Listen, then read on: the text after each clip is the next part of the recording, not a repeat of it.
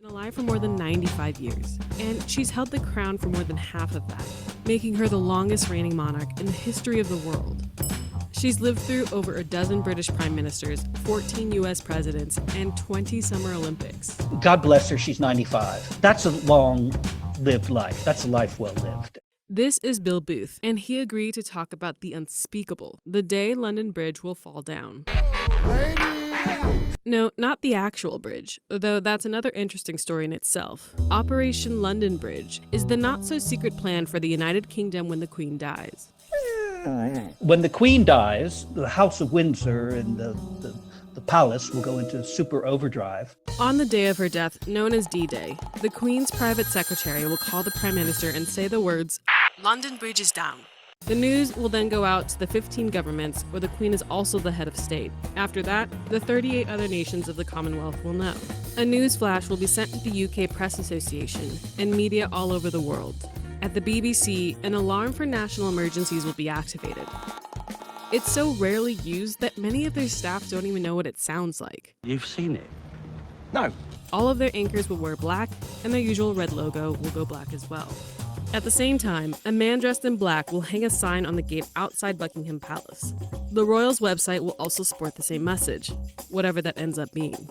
All the flags will be lowered to half-staff, and bells will toll. Immediately after her passing, her son Charles will unofficially become king. He'll make his first speech as head of state that evening. This is the plan if she dies in London, but no need to fret. If she passes elsewhere, they've still got it planned out to a T. The day after the Queen's death, the flags will be raised again, and at 11 a.m. sharp, Charles will officially become king.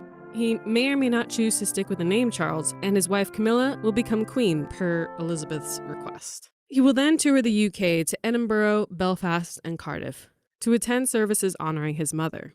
Meanwhile, Westminster Hall will be closed for cleaning and funeral preparations. The Queen is coming. 4 days after her death, there will be a procession from Buckingham Palace to Westminster Hall, where she will lie in state for the next 4 days. Important people will be able to visit her first, then the normal people. The palace is expecting 500,000, a million people to visit her there in her coffin. Then there'll be a funeral, and then we go on from there. The 9th day is funeral day. At 9 a.m., the bells covered in leather pads will ring muffled tones. The coffin will be carried to Westminster Abbey. The funeral will begin at 11 a.m.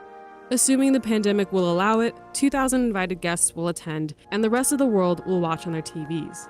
Everything will be shown except for the royals' faces during prayer. After the funeral, the Queen will go to Windsor Castle, where she will be buried next to her husband, Prince Philip, and her father, King George VI. God save the Queen. I don't think they'll be sobbing on the streets for the death of the Queen. I think that the tears will be shed and people will feel a moment and a passing, but I don't think they'll be gut punched. Brits overwhelmingly love the Queen, and the Queen loves them. I mean, she vowed to dedicate her whole life to them. I declare before you all that my whole life shall be devoted to your service. They like the tradition of it. They like the steadfastness of it. They like that they come from a place, even with a monarch that had like parliaments and rule by the people for centuries.